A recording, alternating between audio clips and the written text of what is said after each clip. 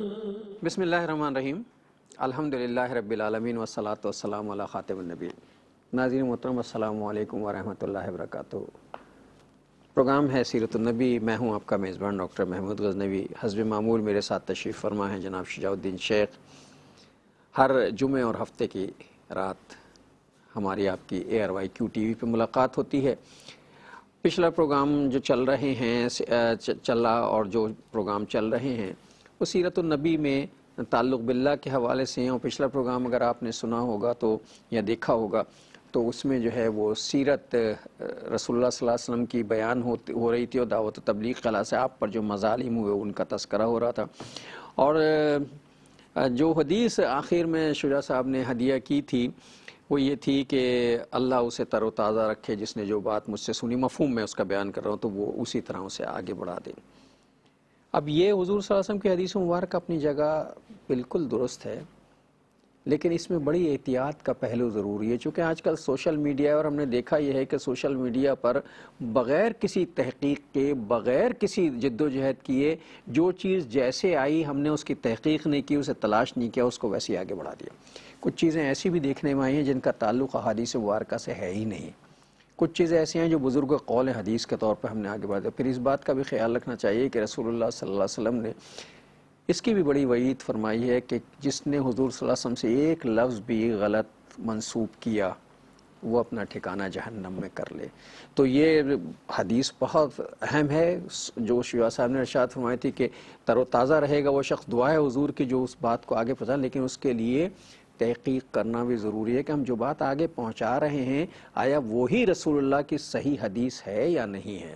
تو میں چاہوں گا کہ شجاع صاحب جو ہیں اس پروگرام کا آغاز کریں پچھلے ریکیپ کے حوالے۔ میں آج شجاع صاحب سے ہی ریکیپ چاہوں گا، پھر انشاءاللہ ہم آگے کی طرف چلیں۔ السلام علیکم۔ وعلیکم السلام ورحمۃ اللہ وبرکاتہ۔ جناب کیسے مزاج؟ الحمدللہ ڈاکٹر صاحب، آپ خیریت سے ہیں؟ ہاں اللہ کا شکر ہے۔ وہ مجھے یاد آ گیا کہ پچھلے پروگرام ہم نے یہ کہا تھا نا، وہ آج کل ہو رہا ہے نا کہ بس آگے بڑھاؤ آگے بڑھاؤ، فارورڈ ہو رہا ہے، فاسٹ فارورڈ چل رہا ہے۔ اس میں یہ تمیز بھی ختم ہو گئی کہ یہ قرآنی آیت ہے، حدیث ہے، کسی بزرگ کا قول ہے یا نہیں بھی ہے، کیا ہے۔ وہ جیسے ہم نے بہت، اب معاف کیجیے گا، ہم نے بہت لائٹلی لیا، اس میں ہم نے یہ کیا کچھ بے ہنگم سے بے بہرے بے ترتیب اشعار جو ہیں کوئی اقبال سے منسوب کر کے چلا رہے ہیں، کوئی کسی شاعر سے منسوب کر کے چلا رہے ہیں۔ تو حدیث جو ہیں وہ کسی شاعر کا کلام نہیں ہے جن کو یوں ہی فارورڈ کرتے رہیں گے آپ۔ اللہ اکبر۔ بسم اللہ الرحمن الرحیم۔ اللہم صلی علی محمد وعلی آل محمد وبارک وسلم۔ رب اشرح لی صدری ویسر لی امری واحلل عقدۃ من لسانی یفقہوا قولی واجعل لی وزیرا من اہلی، آمین یا رب العالمین۔ ڈاکٹر صاحب یہ جو آپ نے پہلا نقطہ ارشاد فرمایا، میں چاہتا ہوں اس کی تھوڑی سی الیبریشن ہو جائے۔ کیا فرق ہے بائبل جو آج موجودہ شکل میں موجود ہے اس میں اور قرآن حکیم، احادیث مبارکہ، اقوال صحابہ کرام اور پھر اقوال تابعین، تبع تابعین and so on۔ دیکھیے آج بائبل کے جو نسخے موجود ہیں ان میں سے کچھ کے نام معروف ہیں: book of Matthew, book of Luke, book of mark, متی کی انجیل، یوحنا کی انجیل، جان کی فلاں فلاں۔ لوقا کیا مطلب ہے جی یوحنا کی انجیل؟ کیا مطلب ہے؟ اللہ کی کتاب کا ہے؟ نہیں جی، یوحنا نے فلاں نے جو ہے کمپائل کر ڈالی۔ یہ چار تو بہت ہی مشہور ہیں، چار مشہور ہے نا۔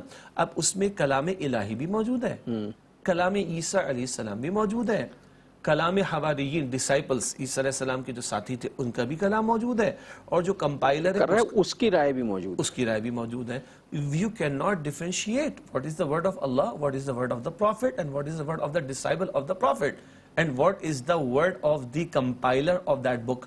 تو وہ کتابیں اپنی اصل شکل میں محفوظ نہیں ہیں۔ اللہ رب العالمین نے اپنے کلام کی حفاظت کا ذمہ لیا۔ اِنَّا نَحْنُ نَزَّلْنَا الذِّكْرَ وَإِنَّا لَهُ لَحَافِظُونَ۔ سورہ ہجر کی آیت نمبر 9 ہے کہ بے شک ہم نے اس قرآن حکیم کو نازل کیا، ہم اس کی حفاظت کرنے والے ہیں۔ تو آج آپ اور ہم پورے وثوق کے ساتھ کلام الہی کی تلاوت بالکل علیحدہ کرتے ہیں، اسی لیے اس کو وحی متلو کہتے ہیں، تلاوت والی۔ ہاں، جس کی تلاوت کی جاتی ہے نماز میں۔ نماز میں ہم بخاری شریف کی روایت نہیں پڑھ سکتے، ہم مسلم شریف کی روایت نہیں پڑھ سکتے، تو جن کو ہم احادیث مبارکہ کہتے ہیں عام انداز سے، وہ وحی غیر متلو ہے۔ یہ وہ وحی ہے جو اللہ نے عطا فرمائی، مگر اس کی تلاوت نہیں کی جاتی نماز میں۔ تو ہمارے ہاں قرآن حکیم علیحدہ محفوظ، احادیث مبارکہ علیحدہ محفوظ، اور صحابہ کرام ہو، تابعین ہو، تبع تابعین، ان کے اقوال علیحدہ کر دیے گئے۔ ہاں کبھی کبھی احادیث کی جو شروحات ہوتی ہیں، تفاسیر کی جو کتابیں ہوتی ہیں، اس میں کبھی کبھی کچھ شبہ سا ہو جاتا ہے، تو قرآن کہتا ہے فَاسْأَلُوا أَهْلَ الذِّكْرِ إِن كُنتُمْ لَا تَعْلَمُونَ۔ کیا شبہ ہو جاتا ہے یہ کوئی رسول پاک کا قول ہے یا صحابی کا قول ہے؟ تو جو اہل علم ہے، جو علم رکھتے ہیں، ان سے معلوم کیا جائے گا اور ڈیفرنسیشن ہو جائے گی، یہ کلام الہی الگ انٹیکٹ موجود ہے، یہ کلام رسول ہے یا یہ کلام رسول نہیں ہے۔ نہیں بھئی یہ کسی صحابی کا قول ہے، نہیں یہ تابعین میں سے کسی کا قول ہے، نہیں یہ شارحین حدیث جو حدیث کی شرح کرنے والے ان کا قول ہے۔ یہ بہت اللہ تعالیٰ کا یہ بہت نازک معاملہ ہے، ہاں یہ ہم اسے بہت نان سیریس لیتے ہیں۔ جی یہ اس امت مسلمہ پر اللہ تعالیٰ کا بہت بڑا فضل ہے۔ ابھی جو ہمارے ٹرینڈ ہے، میرا بھی سمارٹ فون رکھا ہوا آپ کی جیب میں بھی موجود ہے، کہ ہر وقت جو آیا فارورڈ کیا، فارورڈ بغیر سوچے سمجھے ہم فارورڈ کر دیتے ہیں۔ حدیث مبارک ہے ابو داؤد شریف میں جو آپ نے پیش کی ہے کہ جس نے میری طرح غلط بات کو منسوب کیا وہ اپنا ٹھکانہ جہنم میں بنائے، یہ ہلا دینے والی بات ہے۔ اور پھر ایک حدیث پہ ذکر آتا ہے کہ بندے کے جھوٹا ہونے کے لیے اتنا ہی کافی ہے، ہاں اتنا ہی کافی ہے کہ سنی سنائی بات کو بغیر تحقیق وہ آگے بڑھا دے۔ اچھا ایک عام خبر ہوتی ہے نا، وہ جی جہاز لینڈ کر دیا، یہ فلاں ہو گیا، گاڑی پہنچ گئی، یہ اتنا بڑا ایشو نہیں ہے، لیکن جب when it comes to the hadith of Prophet محمد صلی اللہ علیہ وسلم تو یہ دین کی بنیاد ہے، اور اس بنیاد کے حوالے سے بہت زیادہ حساسیت اور محتاط رویے کی ضرورت ہے۔ آگے بھی تفصیل ہے کہ محدثین نے جو لاکھوں کی تعداد میں ہیں، لاکھوں کی تعداد میں جو ہیں، انہوں نے جرح و تعدیل کے اصول بنائے، اور جو نریٹرز ہیں، احادیث کے راوی ہیں جنہوں نے احادیث کو بیان کیا، ان کو پرکھنے کے معیارات مقرر کیے، اور یہ حیرت انگیز علم ہے۔ جی اسماء الرجال یہ صرف مسلمانوں کا علم ہے، دنیا میں کسی کو یہ علم حاصل نہیں ہو سکا، بالکل ایجاد ہی مسلمانوں کی۔ جی تو نبی علیہ السلام کی طرف بات کا منسوب ہونا یہ ہمارے لیے دین کا ایک معاملہ ہے بنیادی، کہ جیسے قرآن کریم حجت ہے، دلیل ہے، حدیث رسول بھی حجت اور دلیل ہے، تو اس کے بارے میں بہت محتاط رویہ ہونا ضروری ہے۔ ہر سنی سنائی بات کو آگے فارورڈ نہیں کر دینا چاہیے۔ ناظرین محترم، عجیب و غریب بات ہے، شجاع صاحب جو ابھی فرما رہے تھے کہ صاحب یہ علم الرجال کے حوالے سے، تو میرے ذہن میں ایک عجیب و غریب بات آئی ہے، اور وہ یہ کہ اللہ تعالیٰ نے کہا قرآن ہم نے نازل کیا، قرآن کی حفاظت بھی ہم کریں گے۔ اسی قرآن میں لقد کان لکم فی رسول اللہ اسوۃ حسنہ، اور بہت بڑی سیرت کا بہت بڑا پارٹ جو ہے تو خود قرآن میں بیان ہوا، رسول اللہ کے تمام ایکٹیویٹی جو ہیں ان کا تذکرہ ہوا ہے۔ پھر جو رسول اللہ نے جو باتیں کہیں اسے بھی اللہ تعالیٰ نے محفوظ کروایا، چونکہ قیامت تک جو ہے سیرت کو نمونہ بننا ہے۔ اس سے زیادہ بڑا حیرت انگیز بات یہ ہے کہ جو رسول اللہ کے ساتھ رہے یا جنہوں نے رسول اللہ کی حدیث بیان کی، اللہ تعالیٰ نے ان کے کریکٹر کو بھی ہمیشہ کے لیے محفوظ کرا دی۔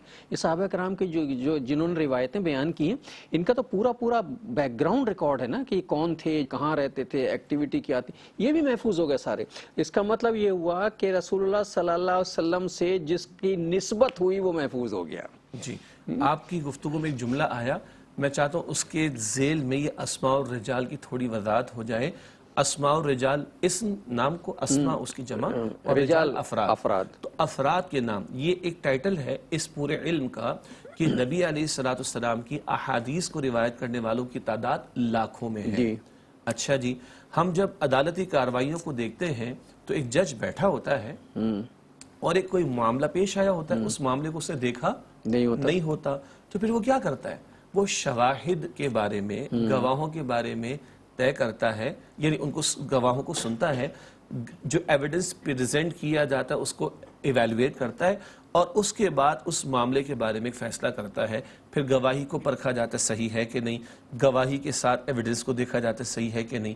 جتنا یہ کام ہم ججز کے لیے مان رہے ہیں، اس سے بڑھ کر امت کے محدثین نے معیارات قائم کیے ہیں کہ بھائی فلاں شخص راوی ہے، نریٹر ہے، وہ بیان کر رہا ہے، تو ذرا اس کا کردار تو دیکھو، یہ قابل اعتماد ہے یا نہیں۔ تو اس میں یہ بات بھی دیکھی جاتی تھی کہ بھائی جھوٹا تو نہیں ہے، جھوٹ تو نہیں بولتا، وعدہ خلاف تو نہیں ہے، امانت میں خیانت کرنے والا تو نہیں ہے، متقی پرہیزگار بھی ہے یا نہیں ہے، حافظہ اس کا صحیح ہے کہ نہیں۔ اور مزے کی باتیں کہا جاتا ہے جی فلاں نے فلاں سے سنا، فلاں نے فلاں سے سنا، فلاں نے رسول پاک علیہ السلام سے سنا، تو یہ فلاں نے فلاں سے جو سنا، یہ ایک ہی پیریڈ کے لوگ تھے کہ نہیں؟ پتہ چلا کہ تم اے اور بی کا نام بیان کر رہے ہو، اور اے صاحب تو بی کے انتقال کے 100 برس کے بعد پیدا ہوئے، تو بھائی چین کیسے کمپلیٹ ہوگی؟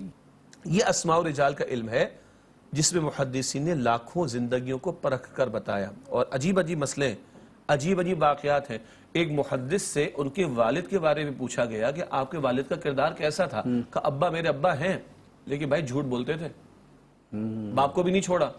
باپ میرے ابا کی روایات قبول نہ کر, یہ بڑی سخت بات لگے گی مجھے پتا ہے, لیکن ساری سختی کیوں برتی جا رہی ہے؟ رسول اللہ کی بات محفوظ ہو جائے, محفوظ بھی ہو یا رسول اللہ علیہ السلام کی طرف غلط بات منسوب نہ ہو جائے. تو باپ کو بھی نہیں چھوڑا ہے کہ میرا باپ کا ادب میں رکھوں گا لیکن میرے باپ کی روایات کو قبول نہ کرنا, کیونکہ میرے باپ کی یہ رویے درست نہیں ہے, وہ جھوٹ بہت بولتا ہے. اللہ اکبر. ایک محدث ہے, نابینا ہو گئے, سواری پر جا رہے ہیں اور ایک جگہ سے وہ جھک گئے. ناظرین بڑا عجیب, یہ ایسے عجیب عجیب واقعات, تبھی تو علم عجیب ہے جو آپ نے کہا تھا نا, دنیا میں کسی کے پاس کسی کے پاس, مسلمانوں کی ایجاد ہے اور دنیا حیرت میں ہے اس پہ. جی, نابینا تھے تو ایک جگہ سے وہ جھک کے گزرے. تو کسی نے کہا کیوں جھک رہے؟ کہا بیٹا یہاں پہ درخت ہوگا. کہا نہیں درخت نہیں یہاں پر. کہا اگر تو درخت نہیں ہے تو میرا حافظہ ٹھیک نہیں ہے, تو پھر میرا حافظہ خراب ہو گیا, اب مجھ سے روایت قبول نہ کرنا. لیکن چیک کرو یہاں پر درخت تھا.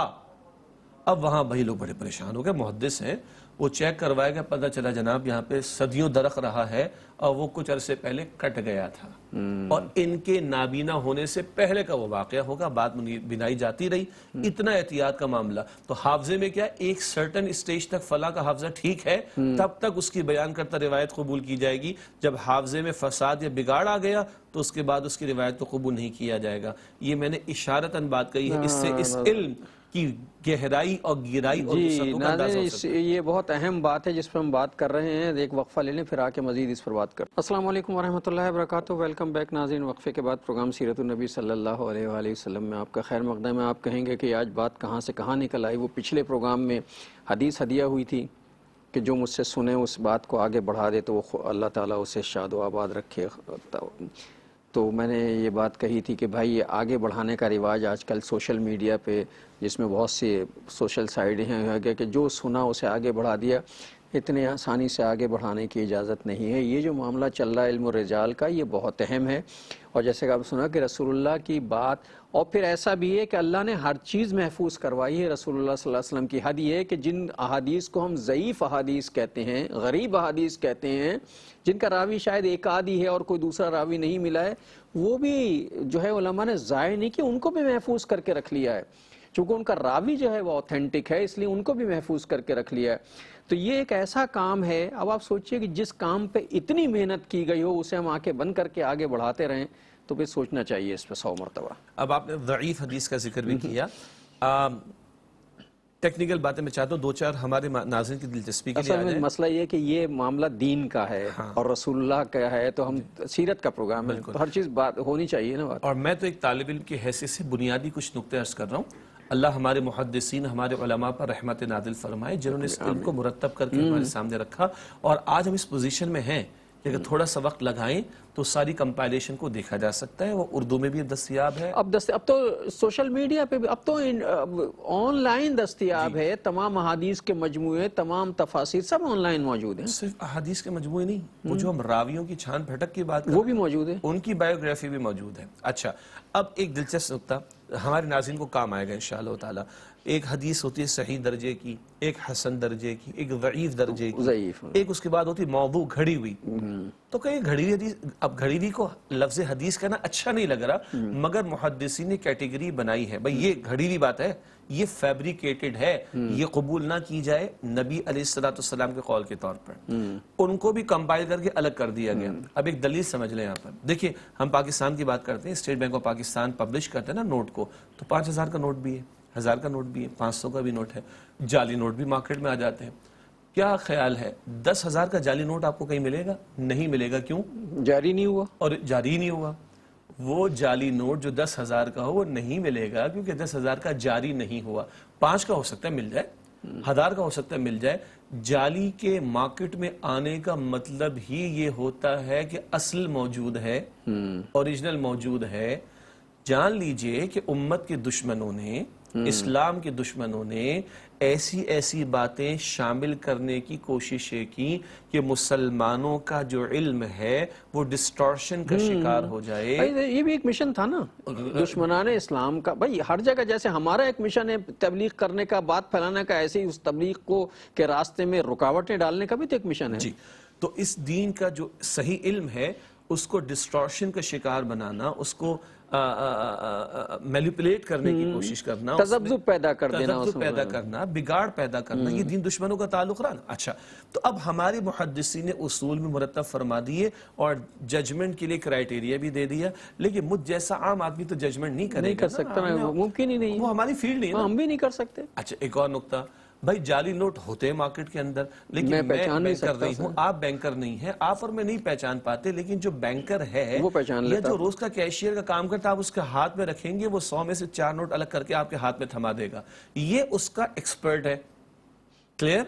تو بھائی یہ جو حدیثیں جن لوگوں نے گھڑ لی یہ کیسے پتا چلے گا؟ تو ایکسپرٹ سے جا کے پوچھو نا بھائی. ساری زندگی انہوں نے اسی کام میں لگائی. وہ ایکسپرٹ آپ کو بتا دے گا میاں یہ بات درست نہیں ہے، یہ راوی غلط ہے، یہ چین پوری نہیں ہوتی، یہ فلاں اس کے اندر یہ بگاڑ پیدا ہو رہا ہے، یہ اس معیار پر پوری نہیں اتر رہی. تو نوٹس کے بارے میں یعنی جو کیش وغیرہ ہے اس کے بارے میں جو ایکسپرٹیز رکھتا ہے وہ بتا دے گا یہ معیار ہے، یہ جعلی ہے. اور جو احادیث مبارکہ کے علم رکھنے والے وہ بتا دیں گے کہ یہ جعلی روایات ہیں، یہ گھڑی ہوئی روایات ہیں. اسی لیے قرآن ایک اصول دیتا ہے فَاسْأَلُوا اہل الذکر ان کنتم لا تعلمون، اگر تم نہیں جانتے تو ان لوگوں سے معلوم کر لو جو جانتے ہیں. تو بہرحال یہ علم، یہ احادیث مبارکہ یہ 14 صدیوں سے ایسی امت کو منتقل نہیں ہوئی، یہ سالڈ فوٹنگز اور بنیادوں پر امت کو منتقل ہوئی. اور اس علم رکھنے والے وہ آپ کو مجھے تفصیل سے ان باتوں کو بیان کر دیں گے. تو اس پوری سالڈ بنیاد پر قرآن پاک کے ساتھ ساتھ نبی پاک صلی اللہ علیہ وسلم کی احادیث ہم تک پہنچی. ایک اور بات، یہ جو میں نے ابھی کہا کہ دیکھو جی جعلی گھڑی ہوئی روایات بھی مل جائیں گی جن کو حدیث رسول کے طور پر پیش کیا جا سکے گا. تو وہ لوگ جو صرف قرآن کریم کو کہتے ہیں قرآن بس کافی ہے اور کسی شے یہ حجیت حدیث کا معاملہ بھی ہے. ہاں، تو لوگوں نے تو معاذ اللہ قرآن پاک بھی تو گھڑنے کی کوششیں کی ہیں. معاذ اللہ قرآن پاک کے نسخے جعلی قسم کے، فیبریکیٹڈ قسم کے 14 صدیوں میں کئی مرتبہ یہ کام نہ ہوا. اس کا مطلب پھر وہ نکلتا ہے کہ جب اوریجنل موجود ہے تو جعلی آنے کا امکان ہوگا. اسی طرح اگر احادیث مبارکہ اوتھینٹک موجود ہیں تو گھڑی ہوئی قسم کی روایات پیش کرنے کی بھی کوشش دین دشمنوں نے کی، اور اس کا دروازہ محدثین نے بند کیا، جس میں اسماء اور رجال کا علم تو راویوں کے بارے میں، پھر احادیث کو پرکھنے کے معیارات الگ ہیں، وہ اپنی جگہ وہ ایک بہت بڑا علم ہے. ناظرین اس پہ ظاہر ہے ہم اس پروگرام میں گفتگو کریں گے تو آپ اسکرین سے ہٹ جائیں گے، کہیں گے یہ تو پتہ نہیں کیا انہوں نے مدرسہ لگا لیا. مدرسہ نہیں لگا رہے. اصل میں جو بات کہنے کی تھی وہ یہ تھی کہ بھائی یہ جو احادیث وغیرہ آتی ہیں نا، ان کو پہلے یا تو ان کے ساتھ ریفرنس ہو کہ یہ صحیح بخاری کی حدیث نمبر، اور حدیثوں پہ نمبر بھی پڑے ہوئے ہیں، ایسا نہیں ہے. لیکن میں عرض کروں ڈاکٹر صاحب آپ کی اجازت سے اب اس میں بھی الٹا کام شروع ہو گیا ہے، لوگوں نے اپنے پاس سے نمبر ڈالنا شروع کر دیں. اس لیے بہتر ہے کہ یہ فارورڈنگ کرنا، اس سے اپنے آپ کو ہم بچائیں، روک لیں. اچھا ایک نہیں، میں یہ کہہ رہا تھا کہ وہ یہ صحیح آپ کہہ رہے ہیں.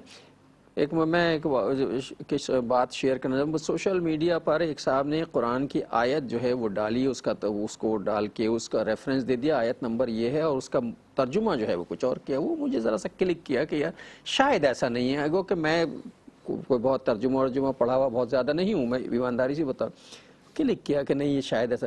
جا کے قرآن کی وہ آیت دیکھی تو اس کا وہ ترجمہ تھا ہی نہیں، اس کا ترجمہ ہی کچھ اور تھا. انہوں نے آیت نمبر فلانے، وہ آیت وہ تھی ہی نہیں جی قرآن. تو یہ بٹس اینڈ پیسز میں جو ٹرانسفر ہوتا ہے، فارورڈ ہوتا ہے، نہ کرے. اسی طرح حدیث پہ جو حوالہ پڑا ہوا ہے، حدیث نمبر 1122 صحیح بخاری، جا کے دیکھیے صحیح بخاری موجود ہے 1122 پہ وہ حدیث ہے ہی نہیں. تو یہ خام و خواہ کے ریفرنس. تو اس طرح بہتر یہ ہے کہ اس طرح کی باتیں پھیلانا، اگر خدا نخواستہ وہ حدیث نہ ہوئی تو ایمان کے لالے پڑ جائیں گے. خطرناک بات ہے. وہ مجموعے جو اہل علم نے مرتب فرمائے اور وہ مکمل مجموعے موجود ہیں، یا اب وہ کمپائلڈ ہو چکے ہیں سافٹ ویئرز وغیرہ کی صورت میں، اور جن کو اوتھینٹیکیٹ کر چکے ہیں علماء. جیسے بہت ساری ویب سائٹس پر اوتھینٹک مٹیریل بھی اویلیبل ہے، اور وہ اپنا اٹیسٹیفیکیشن بھی وہاں پر مصدقہ ہے، تصدیق نامے بھی ان کے ساتھ موجود ہے. وہ تو سمجھ آتی ہے بات. ادروائز جو روزانہ میسج چلتا ہے رائٹ سے لیفٹ، کراچی سے جناب وہ لاہور، لاہور سے اسلام آباد، اسلام آباد سے نیو یارک، اور نیو یارک سے جناب وہ سڈنی اور سڈنی سے جناب وہ پتہ نہیں کہاں چھوڑ دیں میں اس کو. اس میں کئی مرتبہ غلط باتوں کے فارورڈ ہو جانے کے امکانات بہت زیادہ ہیں, تو اجتناب کرنا بہتر ہے, ورنہ حدیث بہت سخت ہم بیان کر چکے ہیں کہ جس نے اللہ کے نبی علیہ السلام سے فرمایا کہ میری طرف غلط بات کو منسوب کیا وہ اپنا ٹھکانہ جہنم میں بنا لے. تو ناظرین یہ ویسی ایک بات, وہ چونکہ آخری پروگرام میں یہ حدیث ہدیہ ہوئی تھی تو میں نے کہا کہ اس پہ گفتگو کر لینی چاہیے, چونکہ آج کل تو اصل میں ایک فیشن بھی آتا نا آج کل, ہمیں مجھے معاف کیجیے گا فیشن سا ہو گیا ہے کہ لوگ ہمیں مذہبی کہیں, تو ہم نے یہ طریقہ اختیار کر لیا کہ ایک تو روزانہ جو ہے وہ سوشل میڈیا پہ سلام کرنا اور دعائیں دینے کی روایت قائم کر لی ہے, اور پھر اب تو ہفتہ مبارک اور جمعہ مبارک اور منگل مبارک اور اتوار ہر دن کی مبارکباد بھی آنے لگی ہے. تو اس طرح کی کچھ چیزیں ہم نے جو مذہب کا حصہ بنا لی, اسی طرح قرآن احادیث اور قول جو ہے وہ فارورڈ کرنا شروع کر دیے. تصدیق وصدیق ہم کرتے نہیں, چونکہ پڑھتے وڑھتے تو ہم ہیں نہیں, پڑھنے لکھنے سے تو ہمیں کوئی دلچسپی ہے نہیں, نہ ہم قرآن کی طرف دیکھتے ہیں کسی آیت کو کہ جا کے دیکھ تو لیں کہ سورہ مدثر کی فلاں آیت تھی تو اس کا مطلب یہ ہے بھی یا نہیں ہے, بس جانے دو آگے چلیں. یہی طرح حدیثوں میں تو ذرا سی احتیاط کیجیے گا, اس لیے کہ یہ وہ ہے جس میں جو ہے وہ خواہ مخواہ گناہ لازم آ جاتا ہے, بہت خطرناک گناہ لازم آ جاتا ہے.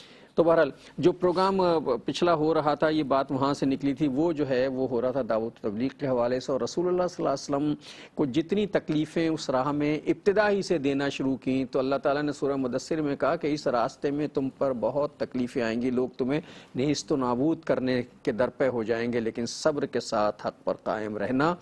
تو رسول اللہ صلی اللہ علیہ وسلم کے ابتدائی ایام سے جو ہے وہ یہ معاملہ شروع ہو گیا جس کا تذکرہ ہوا تھا کہ ابو لہب جو چچا تھا اور چچی ام جمیل جو ہیں, انہوں نے آپ کے ساتھ جو ظلم ڈھانا شروع کیے تھے. ابو لہب نے تو اب زندگی کا مشن یہ بنا لیا تھا کہ وہ رسول اللہ کے پیچھے, مطلب ٹارگٹ بنا لیا تھا اور پیچھے لگ گیا تھا ساری زندگی, یہی ہوا. بالکل, اور یہ پچھلے پروگرام میں بات بھی آئی تھی کہ ان دونوں کی دشمنی کی اسی انتہا کے نتیجے میں پھر اللہ تعالیٰ نے سورۃ اللہب عطا فرمائی, تبت یدا ابی لہب و تب, ابو لہب کے ہاتھ ٹوٹے اور وہ ہلاک و برباد ہو جائے. یہی الفاظ اس بدبخت نے استعمال کیے تھے جب آپ پچھلے پروگرام میں کوہ صفا کا ذکر کر رہے تھے نا, جب اللہ کے نبی علیہ السلام کوہ صفا پر کھڑے ہوئے. بلکہ آپ کی اجازت سے اس میں آج جو ہم میڈیا پر بیٹھ کر یہ دعوت دین کا کام کر رہے ہیں اس کی بھی ایک دلیل آ جائے گی اور ناظرین کو یہ بات ایک وقفہ لے لوں جی انشاءاللہ. ناظرین چونکہ اس پر شعیع صاحب بات کرنا چاہتے ہیں میڈیا کے حوالے سے, تو میں چاہتا ہوں ایک وقفہ لے لیں تاکہ بیچ میں ڈسٹرب نہ ہو. ایک وقفے پہ جاتے ہیں پھر آ کے بات. السلام علیکم ورحمۃ اللہ وبرکاتہ, ویلکم بیک ناظرین. وقفے کے بعد پروگرام سیرت النبی صلی اللہ علیہ وآلہ وسلم میں آپ کا خیر مقدم ہے. میں معافی چاہتا ہوں میں نے درمیان میں انٹرپٹ کیا, وقفہ اس لیے لے لیا کہ شعیع صاحب جو بات بیان کرنا چاہتے ہیں اس کی کنٹینیوٹی یا تسلسل جو ہے وہ قائم رہنا چاہیے. جی کوہ صفا کا ذکر آپ نے بھی فرمایا تھا. دیکھیے اللہ کے نبی علیہ السلام جس ماحول میں رہ رہے ہیں اسی ماحول میں آپ نے دعوت کا کام کرنا ہے, اور ویسے ہی کیا, اور اس پورے ماحول کو آپ نے استعمال کیا, اور اس ماحول میں جو باتیں جاری تھیں ان میں جو خلاف شریعت پہلو ہو, نامناسب پہلو ہو, اس کو آپ نے مائنس کیا. اب دیکھیں عربوں میں یہ, بلکہ مکے والوں میں یہ معاملہ تھا کہ اگر کسی خطرے سے آگاہ کرنا ہوتا تو شخص صفا کی پہاڑی پر کھڑا ہو جاتا. آج کل تو ظاہری بات ہے وہ پورا مسجد حرام میں تو وہ فلورز کے اندر ہی وہ حصہ آ چکا ہے, لیکن اس کو چوٹیاں تھیں, پہاڑ تھے, تو وہ شخص ایک کھڑا ہوتا صبح کے وقت, واہ صباح, ہائے صبح, ہائے صبح, ہائے صبح. لوگ اس کو چوٹی پر دیکھتے اور یہ آواز سنتے تو متوجہ ہو جاتے بھئی کیا خطرے کی بات آ گئی, کیا نیوز بریک کی جا رہی ہے. تو نمبر ایک, وہ شخص جو اطلاع دینا چاہتا یا آگاہ کرنا چاہتا صبح کھڑا ہوتا, کوہ صفا پر کھڑا ہوتا, اور واہ صبح, ہائے صبح, ہائے صبح, بربادی والی صبح. یہ تین باتیں ہو گئی. چوتھی بات, وہ جو کھڑا ہوتا وہ برہنہ ہو جاتا تھا تاکہ لوگ اور توجہ کریں کہ کیا ہو گیا اس کو آخر. یہ چار باتیں ہو گئیں. اللہ کے پیغمبر علیہ السلام وہیں کھڑے ہوئے نمبر ایک صفا پر. نمبر دو, اللہ کے نبی علیہ السلام نے وہی آواز لگائی, واہ صباح کا نعرہ لگایا. تین باتیں ہو گئی, صفا پر کھڑے ہوئے, صبح کھڑے ہوئے, واہ صباح کا نعرہ لگایا. چوتھی بات غلط ہے, اللہ کے نبی نے اس کو مائنس کر دیا علیہ السلام. یہ دلیل ہے کہ جس دور میں جو میڈیم اویلیبل ہوگا, جو ٹولز کمیونیکیشن کے اویلیبل ہوں گے, ان کو حتی الامکان استعمال کیا جائے, لیکن ان میں اگر کوئی شر کا پہلو ہو, کوئی ایلیمنٹ شریعت کے خلاف ہو, تو اس کو مائنس کر دیا جائے. ہمارے استاد آپ بھی اچھی طرح واقف ہیں, ڈاکٹر اسرار صاحب رحمۃ اللہ علیہ اس وقت ٹی وی پر آئے تھے جب لوگ نہیں آتے تھے, تو وہ یہی فرماتے تھے, بھائی یہاں شیطان کی باتیں چل رہی ہیں تو ہم رحمان کی بات کیوں نہ پھیلائیں, اور اللہ کل ہم سے پوچھے گا نہیں. آپ کو پتا ہے ایک وقت تک ہمارے اہل علم نہیں آتے تھے ٹی وی پر, نہیں آتے تھے, اور بعد میں پتا چلا بھائی یہ تو ایک بہت بڑا میڈیم ہے اپنی بات لوگوں تک پہنچانے کا. اور ٹی وی پر آنا بھی حرام تھا. خیر ایک رائے تھی, وہ ایک رائے تھی علماء کرام کی. آرا کے بدلنے یا ان کے معتدل ہونے میں وقت بھی لگتا ہے, ہم اس پہ ڈیبیٹ نہیں کر رہے. ہم یہ کر رہے تو ڈاکٹر اسرار صاحب بھی فرماتے تھے بھائی آج یہ میڈیم ہے, ایکسس اویلیبل ہے. اللہ کے پیغمبر کو وہ ایکسس اویلیبل تھا, حضور کھڑے ہوئے, صبح کھڑے ہوئے, صفا پر کھڑے ہوئے, وا صبح کا نعرہ لگایا, لیکن جو شر کا پہلے تو حضور نے مانس کر دیا. ہم یہاں بیٹھے, ہمارے طے شدہ اصول ہیں. دیکھیے دو الگ الگ باتیں سمجھنی چاہیے. ایک ہوتا ہے علم ہونا کہ یہ شے سنت ہے, یہ عمل سنت ہے, اور ایک ہے سنت کا فہم ہونا. یہ دو الگ الگ باتیں ہیں. ایک ہے یہ چیز سنت ہے, یہ عمل سنت ہے, یہ حضور نے کیا, یہ حضور نے کیا, یہ حضور نے کیا سر آنکھوں پر, یہ حضور کی ادائیں, ہر ادا قیمتی ہے صلی اللہ علیہ وسلم. یہ حضور نے کیوں کیا, کس مقصد کے تحت کیا, کیا خاص وجہ تھی, تفہیم اس کی, یہ اس کی تفہیم ہے. تو حضور صفا پر کھڑے ہوئے, وا صبح کا نعرہ لگایا, صبح آپ کھڑے ہوئے, یہ سنت ہے.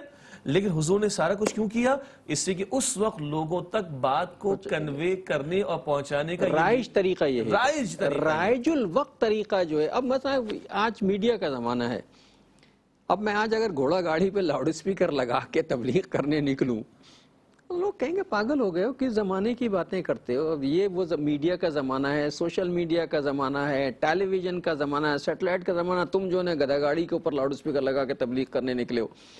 تو جو رائج الوقت طریقہ ہے اسے اختیار کرنا چاہیے, اس میں کوئی قباحت نہیں. جی ہاں, having said this, یہ بات بھی کلیئر کر دوں کیونکہ بہرحال ہمیں مسجد کے ممبر پر بھی گفتگو کرنی ہے اور کرتے ہیں. ہم عموم کی درس قرآن کی محافل میں بھی جاتے ہیں, اور ہم انڈیویجول لیول پر بھی گفتگو کرتے ہیں. تو یہ بات بھی کلیئر ہونا ضروری ہے کہ یہ ایک میڈیم اویلیبل ہو گیا ہے جس کی ایکسیسیبلٹی گلوبل ہے. 150 ممالک میں لوگ پروگرام دیکھ رہے ہیں الحمدللہ. تو ہم اس کو یوٹیلائز کریں گے.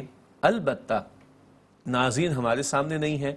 آئیڈیل ترین بات تو یہ ہوتی ہے کہ میں آپ سے گفتگو کر رہا ہوں, آپ مجھ سے, میں دوسرے کے ساتھ روبرو کمیونیکیشن زیادہ امپورٹنٹ. روبرو کو ہم ختم نہیں کریں گے, یہ بیسٹ ہے. 1-to-1 ڈسکشن بیسٹ ڈسکشن ہوتی ہے, اور فزیکلی آڈینس کا آپ کے سامنے ہونا یہ بیسٹ ہے. میں ان کے ایکسپریشنز کو دیکھ کر اپنی گفتگو کو پلس مائنس کر سکوں گا. کیمرے کے تو ایکسپریشنز میرے سامنے کوئی نہیں. تو حاصل کلام ہے کہ ممبر کی اہمیت کوئی کم نہیں کر سکتا. ہم نے خود گفتگو کی ہے. درس قرآن کی محفل جہاں فزیکلی لوگ اویلیبل ہوں, کوئی اس کی اہمیت کو کم نہیں کر سکتا, اور 1-to-1 گفتگو کوئی اس کی اہمیت کو کم نہیں کر سکتا. اور ایک ایک دروازے پر جا کر نوک کر کے اس کو انوائٹ کرنا ٹورڈز دا دین, کوئی اس کی اہمیت کو کم نہیں کر سکتا. وہ سب بھی میڈیم ہے, وہ سب بھی کرنے کا کام ہے. ہیونگ سیڈ دس, یہ بھی ایک میڈیم ہے جو رائج الوقت ہے اور جس کی ایکسیسیبلٹی ہے. تو ہم اس کو استعمال کریں گے, ہمیں استعمال کرنا چاہیے. شرط ایک ہوگی, اس میں کوئی خلاف شریعت اگر معاملہ یہ ایلیمنٹ ہے تو اس کو مائنس کرنا پڑے گا. میں بڑے درد دل کے ساتھ ہمارے وہ بھائی, وہ حضرات, وہ اہل علم جو کبھی ایسے انوائرمنٹ میں بیٹھ جاتے ہیں کہ وہاں کبھی وہ معاملات بھی ہو رہے ہوتے ہیں جو دین کے مزاج اور تعلیم سے متفق نہیں رکھتے. خدا را چھوڑ دیجئے. اللہ کا دین محتاج نہیں ہے کہ ہم اللہ کے دین کے احکامات پر کمپرومائز کر کے دین پیش کریں, اس کی قطعاً گنجائش نہیں ہے. ہاں لیکن جہاں انوائرمنٹ ایسی ہو کہ کوئی خلاف شریعت معاملہ نہ ہو تو اس کی ایکسیسیبلٹی ہے, وہ میڈیم پاورفل ہے, اس کا امپیکٹ ہے, اس کے اثرات ہیں, وہ ہمیں اختیار کرنا چاہیے. یہ دلیل میں نے پیش کرنا چاہی جو بہت سارے اور مواقع پر بھی کام آئے گی انشاءاللہ. ویسے آپ کا سبجیکٹ بھی ڈاکٹر صاحب میس کمیونیکیشن ہے. یہ جو شجاع صاحب بات کر رہے ہیں نا کہ یہ جو ہم دو آپس میں دو گفتگو کر رہے ہیں, یہ انٹر پرسنل کمیونیکیشن ہے. اس کو ہم کہتے ہیں روبرو ابلاغ, جسے خواتین کہتی ہیں منہ در منہ, ہے نا, منہ در منہ. میں نے تو ان کے منہ در منہ کہہ دیا, تو یہ منہ در منہ ہو رہا ہے, سمجھے. اس کے بعد ہوتا ہے کہ مائکرو گروپ ہوتا ہے. مطلب یہ کہ ہم 2 آدمی بیٹھے ہیں, یہاں 10 آدمی, ایک چھوٹی سی کلاس سی لگائی ہوئی ہے, جیسے وہ ہوتا ہے قرآن پڑھیے پڑھائیے وغیرہ, یہ مائکرو گروپ ہے. پھر میکرو گروپ ہوتا ہے, یعنی جیسے شجاع صاحب نے کہا کہ جناب وہ ممبر پہ یہ موجود ہیں اور جمعے کا خطبہ ہو رہا ہو, جمعے کے لوگ. ایک ہے میس کمیونیکیشن جس میں بڑے پیمانہ میسز انوالو ہیں جو مختلف سمت ہیں, جن کا ہمیں پتہ نہیں کہ کون سن رہا ہے کیا نہیں سن رہا ہے. یہ میڈیم دنیا بھر میں, اس میں مشین انوالو ہوتی ہے, کیمرہ انوالو ہوتا ہے, ٹیکنالوجی انوالو ہوتی ہے. اس کی بات بہت دور تک جاتی ہے لیکن اس کی بات بے پناہ احتیاط کا تقاضا کرتی. جو ہم گفتگو کر رہے ہیں اس میں تو مائنس پلس ہو جائے گا، لیکن جو بات چلی گئی ایک مرتبہ دنیا اور پھر ہم نے اس کی تردید یا تصحیح کرنے کی کوشش کی، تو جن لاکھ آدمیوں نے وہ سنا تھا، جب اس تصحیح کو وہ لاکھ آدمی نہیں سن سکے. چنانچہ بہت احتیاط کرنے کی ضرورت ہے اس میڈیم پر بیٹھ کر دنیا سے باتیں کرو. میں تو اکثر ایک بات کہتا ہوں ماس کمیونیکیشن میڈیم کے حوالے سے کہ بعد لوگ سمجھتے ہیں ٹیلی ویژن پہ بات کرنا بہت آسان ہے. میں کہتا ہوں بہت مشکل ہے، کہ بات کرنی مجھے مشکل کبھی ایسی تو نہ تھی جیسی اب ہے تیری محفل کبھی ایسی تو نہ تھی. کہ دنیا بھر میں بات ہو رہی ہے، اللہ جانے کون کس بات کا کیا مطلب لے رہا ہے. تو یہاں احتیاط کے تقاضے بہت ضروری ہیں. آپ کی اجازت سے ڈاکٹر صاحب، یہ کوئی گلی کے چوراہے کے لڑکوں کی ڈسکشن نہیں ہے کہ چبوترے پہ بیٹھ کے باتیں چبوترے جو چاہو بیٹھ کے بیٹھ کے باتیں کر لو. یہ کوئی رات کو ہونے والے بے ہنگم قسم کے ٹاک شوز کی گفتگو نہیں ہے کہ چلو اس کی پگڑی اچھال دی، اس کے بارے میں یہ کہہ دیا، بغیر تحقیق کے بات کر دی. یہ محمد مصطفیٰ صلی اللہ علیہ وآلہ وسلم کی نسبت سے کلام ہو رہا ہے. یہ سیرت النبی کا پروگرام ہو رہا ہے صلی اللہ علیہ وسلم. تو ذرا اب اندازہ کریں کہ کیا میں کہنا چاہ رہا ہوں. بہت احتیاط کی ضرورت ہے. اللہ کے دین کی نمائندگی یہ چوراہے پر ہونے والی باتیں نہیں ہیں معاذ اللہ. اللہ کے دین کی بات کرنا یہ جو کھلواڑ بنا رکھا ہے ہم نے میڈیا کو، یہ وہ بات نہیں ہے. اللہ کے دین کی بات کا معاملہ یہ ہمارے آپس کے جو ہم over the cup of T discussion کر رہے ہوتے ہیں، پیر پہ پیر رکھ کے جو چاہا سو بول دیا، بغیر تحقیق کے بول دیا. اس کو کھلواڑ نہیں بنانا چاہیے دین کو، چاہے وہ سیرت النبی کا پروگرام ہے صلی اللہ علیہ وسلم. اس کی جواب دہی کرنی ہوگی نا، ہر چیز کی جواب دہی کرنی ہے نا. بالکل. تو حساسیت بھی ہونی چاہیے اور احتیاط بھی ہونی چاہیے. اور آپ نے بجا فرمایا. دیکھیے ہم ایک کسی پروگرام میں بات کر چکے ہیں، میں عام کسی جگہ گفتگو کر رہا ہوں، 100 لوگوں نے میری بات سنی، میں نے 10 منٹ زیادہ لے لیے تو چلو کوئی بڑا مسئلہ نہیں. میں یہاں بیٹھ کے بات کر رہا ہوں، لوگوں کا ایک ایک منٹ قیمتی بھی ہے. نہ صرف ایک ایک منٹ قیمتی ہے بلکہ ایک ایک منٹ کی رسپانسبلٹی ہمارے کاندھوں پر آتی. تو اللہ تعالی ہمیں، مجھے بھی، آپ کو بھی، ہمیں بھی توفیق دے کہ ہم اس احساس کو اپنے اندر پائیں کہ ہم کس کی نمائندگی کرنے بیٹھے ہیں، ہم کس کی حیات طیبہ پر گفتگو کر رہے ہیں. اس میں اخلاص نیت سب سے جی، اخلاص نیت کا معاملہ بھی، احساس ذمہ داری کا معاملہ بھی، احتیاط کو ملحوظ خاطر رکھنے کا معاملہ بھی. اور باقی پھر اللہ تعالیٰ کی ذات ہے، وہ مدد بھی فرماتا ہے. کوتاہی ہوگی تو انشاءاللہ معاف بھی فرمائے گا، مگر حساسیت ہو، سیریسنس ہو، سنجیدگی ہو. یہ کوئی کھلواڑ کا معاملہ نہیں ہے، یہ اللہ کے دین کو پیش کرنے کا معاملہ ہے. اندر سے ایک اخلاص، ایک کیریج، کچھ کہنا، کچھ ایک بات کرنی، مطلب مجھے ایک تڑپ بھی ہونی چاہیے کہ میں دین کی بات کرنا چاہتا ہوں آپ سے. وہ تڑپ ہونی چاہیے، نہیں میں رسول اللہ کی بات کرنا چاہتا ہوں آپ سے. ممکن ہے آپ کے علم ہو لیکن میں آپ کو یاد دہانی کرانا چاہتا ہوں. یہ جو اندر کی تڑپ ہے، اگر یہ اخلاص نیت کے ساتھ ہے کہ نہیں میں ایک کام کرنا چاہتا ہوں، آپ سے ایک بات کرنا چاہتا ہوں، اس نے کہ میری ذمہ داری بھی ہے، تو اس اخلاص نیت کے ساتھ میں آپ سے بات کروں اور خدا نخواستہ مجھ سے بشری کمزوریوں کے باعث کوئی غلطی ہو جائے تو میرا رب جو ہے میرے اخلاص نیت کی وجہ سے مجھے معاف کر دے گا.